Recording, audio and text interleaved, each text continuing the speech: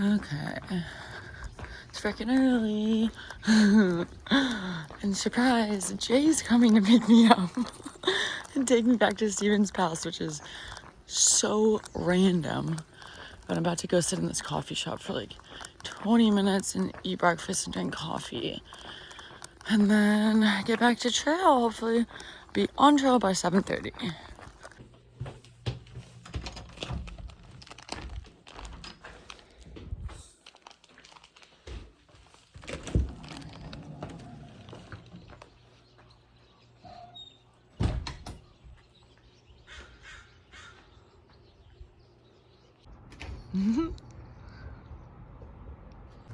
All right, it's the morning, day 230, exciting number.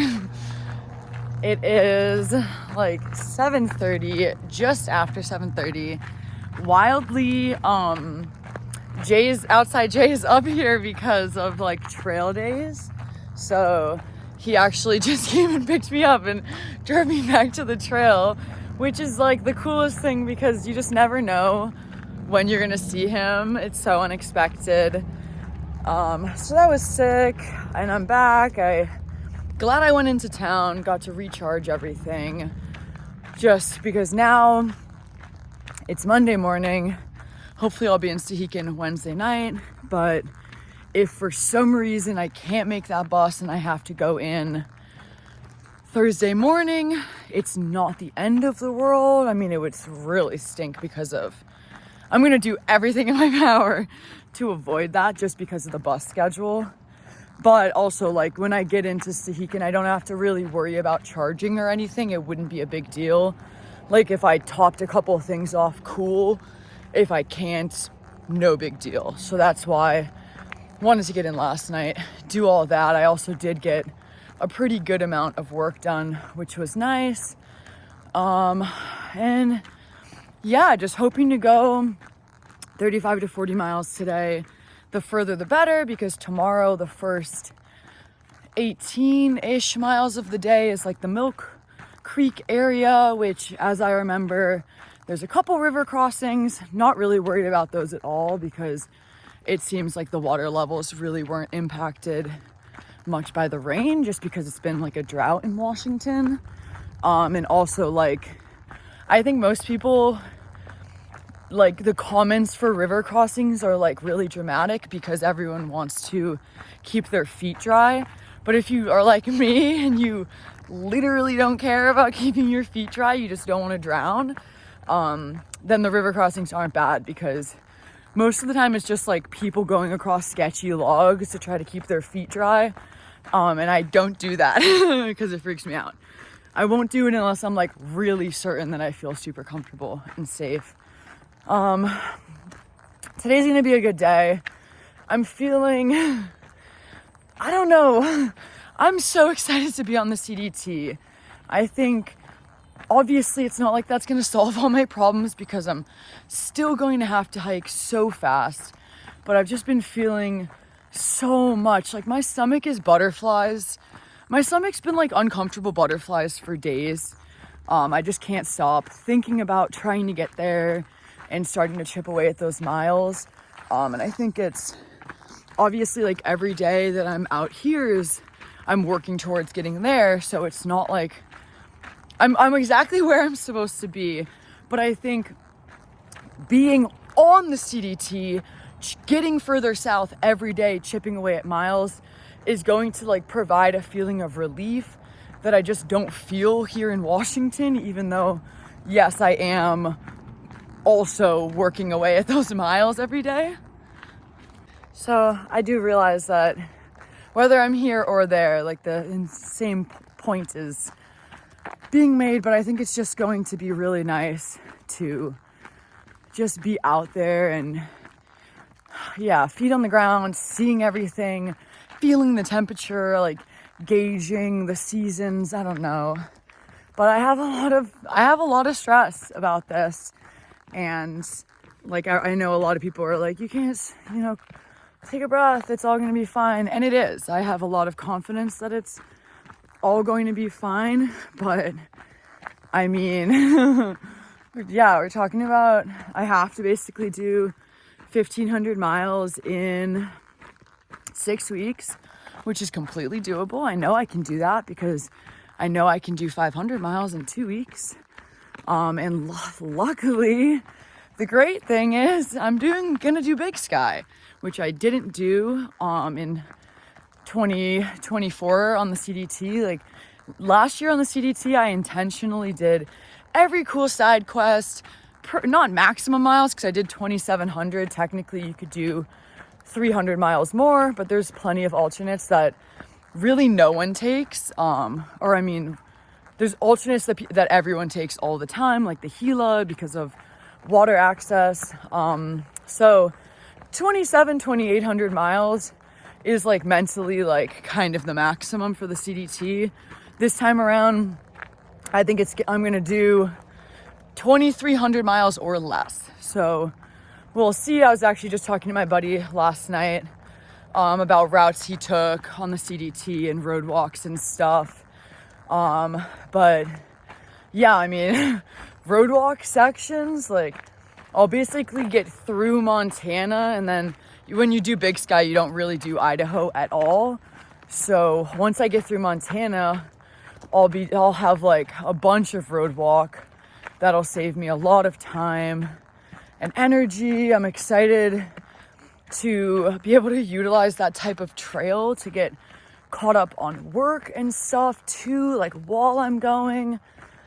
And yeah, I mean, pray for me, keep me in your thoughts that it's just a later winter in Colorado. And if it is, that's amazing because then I can hike through, like I would like to go west through the Collegiate and the San Juans. It was beautiful the first time. That's one of my favorite sections of the CDT. Second option, okay, like if, the weather's not amazing, but it's not too bad, I could do the Creed, go east through the Collegiates. That would also still be a good option. Worst case scenario, I mean, in 2022, Professor Carl road walked basically all of Colorado because it was too late in the year. And yeah, there's a bunch of other things going on. But so, I mean, there's no reality where I can't maintain a footpath. I'm definitely going to maintain a footpath no matter what. But I just need to breathe. And I mean, I got right now, including today, 3 days to get to Stehekin, and then 2 days and a morning pass there. So 5.5 days to get to the Canadian border from here right now. And then I'll tag the border in the same day.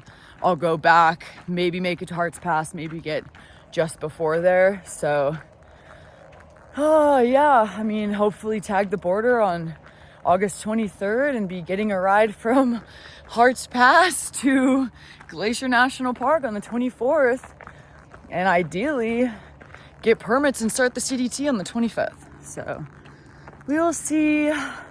I'm excited for a little bit of relief, a little bit of peace in my heart. Yeah. I'm a little anxious, but it's okay.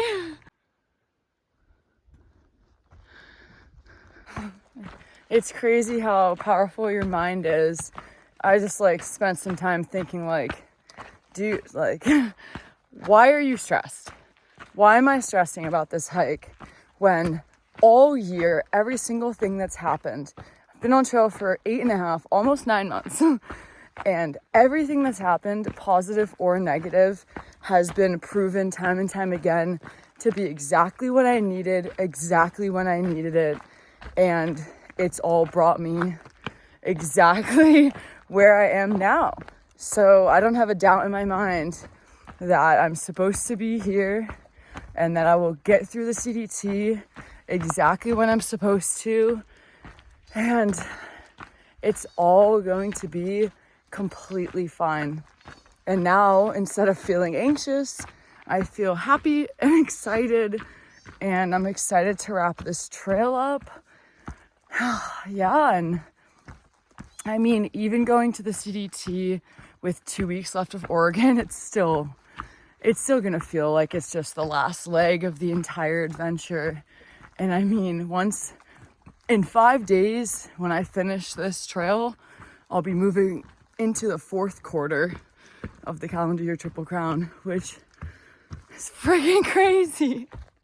This entire year, I've been really lucky gear-wise. I am currently on my first backpack, my first tent, my first quilt, my first thermarest, which means this thermarest has done almost 6,000 miles this year.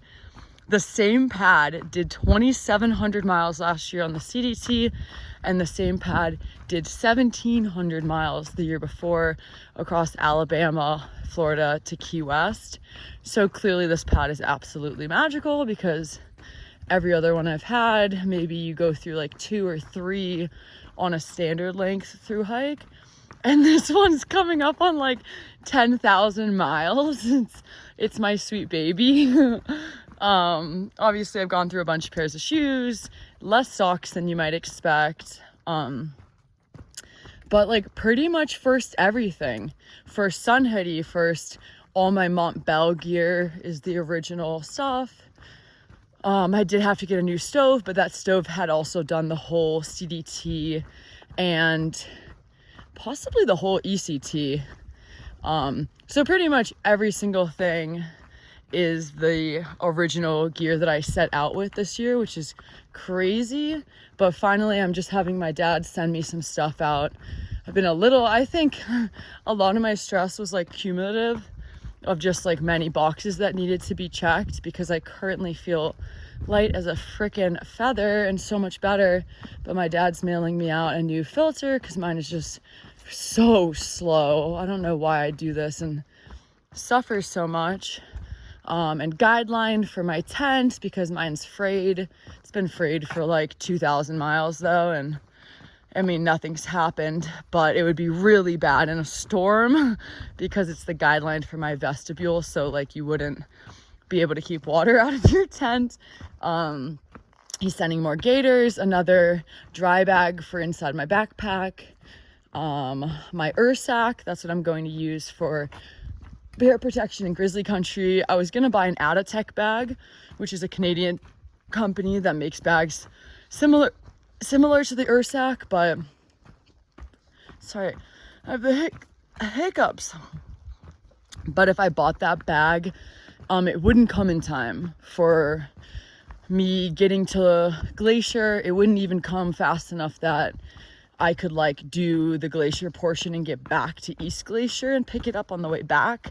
So I don't know if I'm ever gonna buy one of those or just use the Ursack, because technically it's really only going to be like 4-ish weeks in grizzly country because of how fast I'm gonna go. So we'll see. My dad's also sending me a new fanny pack because this is the current situation. Zipper completely broken, thing stuffed to the gills, and I'm literally using a hair tie to keep it closed. Absolutely savage. And he's sending me like 9 or 10 Mountain House meals because I will take some into Glacier and then pack myself a box to pick up when I get back to East Glacier to go through the Bob Wilderness. Yeah, and like a bunch of random stuff. Did I forget to have him send a couple things? Yeah, and I didn't even realize until probably the last 30 or 40 minutes. I wanted to maybe have my silk liner sent back out because I'm carrying a 30-degree quilt.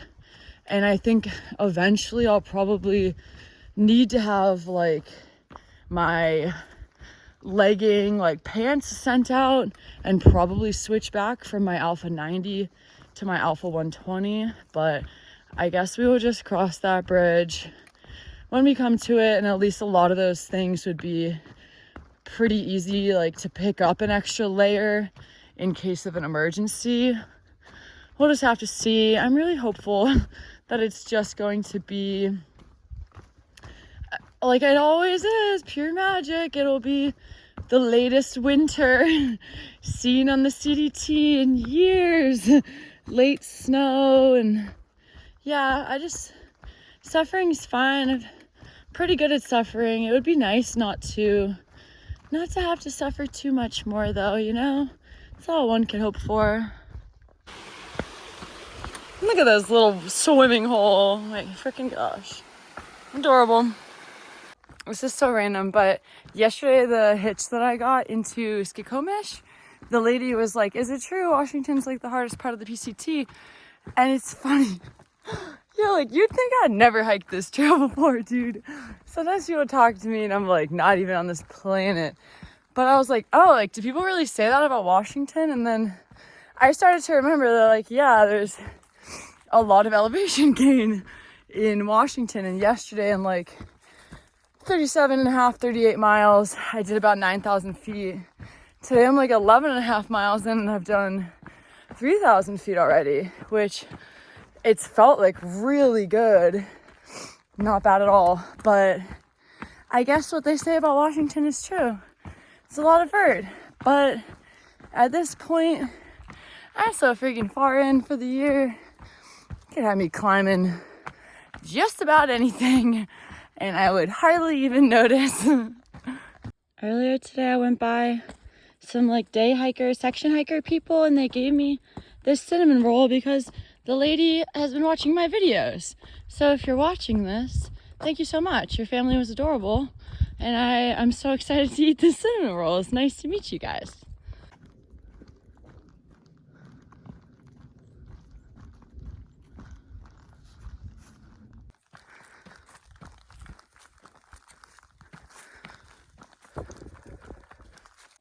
I know it's what's coming for me, but that was a real beast. That was annoying.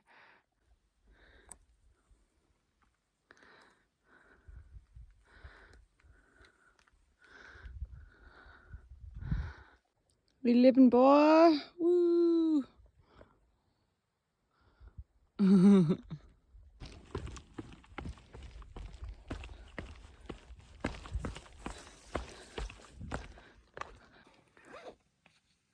Yeah, I just want to try to get but I still managed to go across.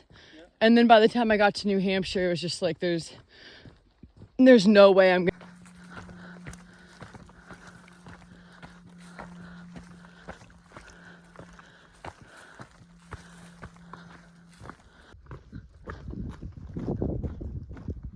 Look at the trail go boop. Not for me. Not on this trail.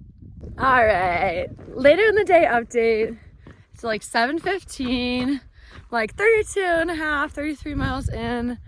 I'm thinking of being wild. Well, okay, for sure, I'm doing 38 today. I'm about to drop down and then I'll have 4 miles of uphill. There's a water source and a campsite.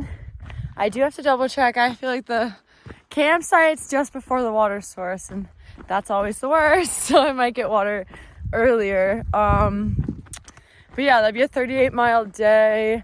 I kind of just want to go as far as possible today because I'm assuming like the blowdowns and stuff tomorrow, from what I remember, they're not going to be that bad. They're not going to slow me down so drastically much that I can't make miles. Like, I know I'll still be able to go however far I want to go. But it's always nice to kind of cushion myself a little bit, make life easier. So if for some reason I do get slowed down tomorrow, like it'd be nicer to do the bigger day today. That's just common sense. So yeah, I mean, I'm definitely gonna go to this tent site, I would say in like 5 or 6 from where I am. I mean, if it's already dark when I get there and I'm feeling good, then I could go 3 miles further. I wouldn't get there until like 10. But yeah, I don't know. That's a little late just for like an early morning, though I will say I was up later than that last night. So we'll just see how I feel. But it's freaking cold right now. Just like turned a corner, dropped down into this valley and the wind is coming through and oh my gosh, it's cold. And it just makes me realize it's gonna be dang cold on the CDT. Also, I was just remembered, I don't know why I didn't mention this before, but I ran into a few hikers earlier today. Really like the first northbound hikers I've seen in a couple days because so many people went down to trail days, and I do feel like I kind of got up in front and past the bubble. But I ran into these guys who had been hiking with Beer Run, who like I met on the PCT in 22, and then like we hiked together towards the end of my ECT in 23, and he trail magicked me last year on the CDT. Like, I know this guy pretty well. So ran into 3 of the people who he was hiking with earlier in the year. Mad Dog, McConaughey, and then dang, I want to say Tone. Dang, it definitely starts with a T, and I know it, but I know it's not Tone. Dang, it'll come to me. But then, so I saw them, I hung out, was around them for like at least a couple miles or something. And then they were at a water source. I continued on. And then like an hour later, the one guy, McConaughey, caught up to me. He said he had like told his friends that he was gonna try like to catch up. But then, so we walked together for like an hour. It was really nice. Just had like some of the funniest, most entertaining conversation ever. I'm so deprived. It's so nice to talk and laugh and share stories, dude. Like, pure gold. That was probably the highlight of my entire day. That guy was super cool. But then we just passed a junction to a campground, and I lost him. They're gonna stay there, and I have like 5 more miles left, and that's like if I stop at the earlier camp spot. So what can you do? This is my life.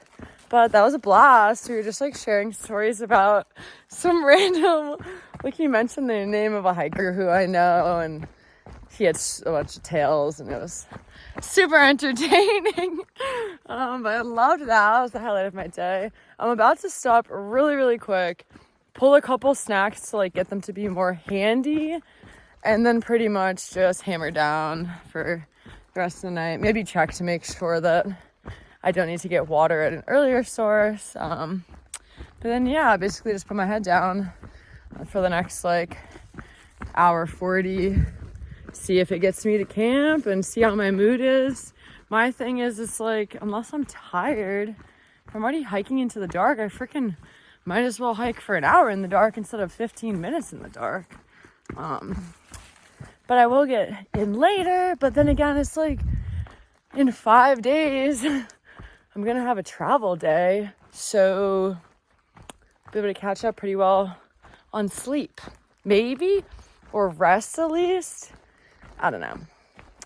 Couldn't say, but that's my thought. I might go later. I mean, it would be really nice as long as there's no point in hiking late if you sleep in. But if I hike until like 10 and still am walking tomorrow at 5:30, then that would be pretty solid.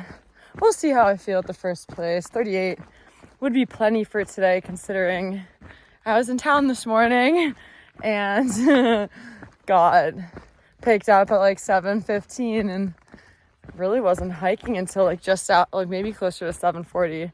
So yeah, we'll see. Pretty. Okay, like literally 2 minutes ago, visibility was so good. And this cloud just rolled in.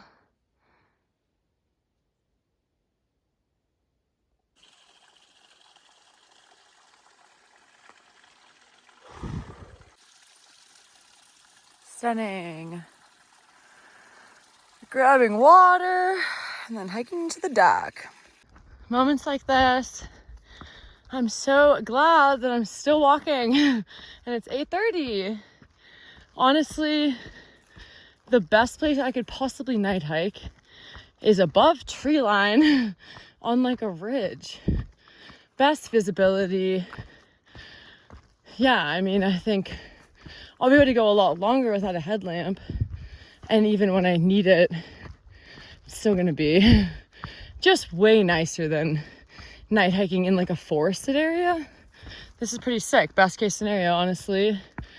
I foresee myself going I don't know. I guess it depends what this... Oh, actually, duh, I totally forgot about this. The campsite I was planning on going to, that would have been a 38-mile day.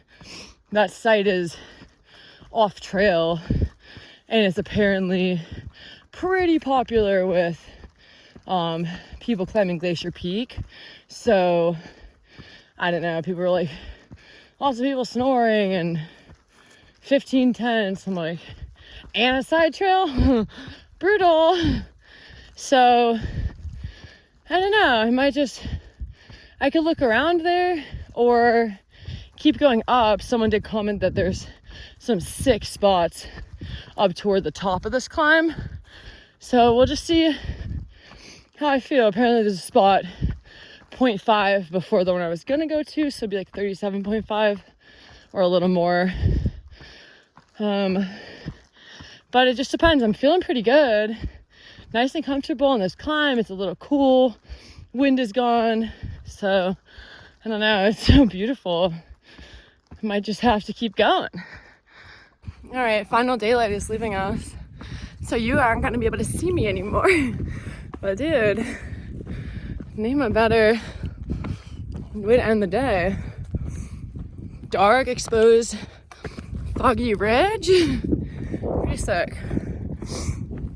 I don't think I've even would have passed the first tent site junction yet, but we'll see.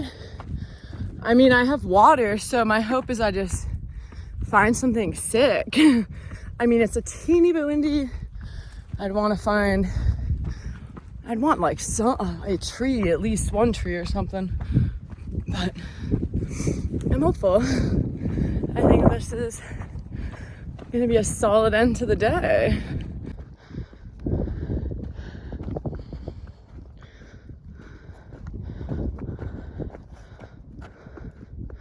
Okay, forgot to pause this until just now, and I've gotten here, cooked dinner, set up my tent. I'm in my tent.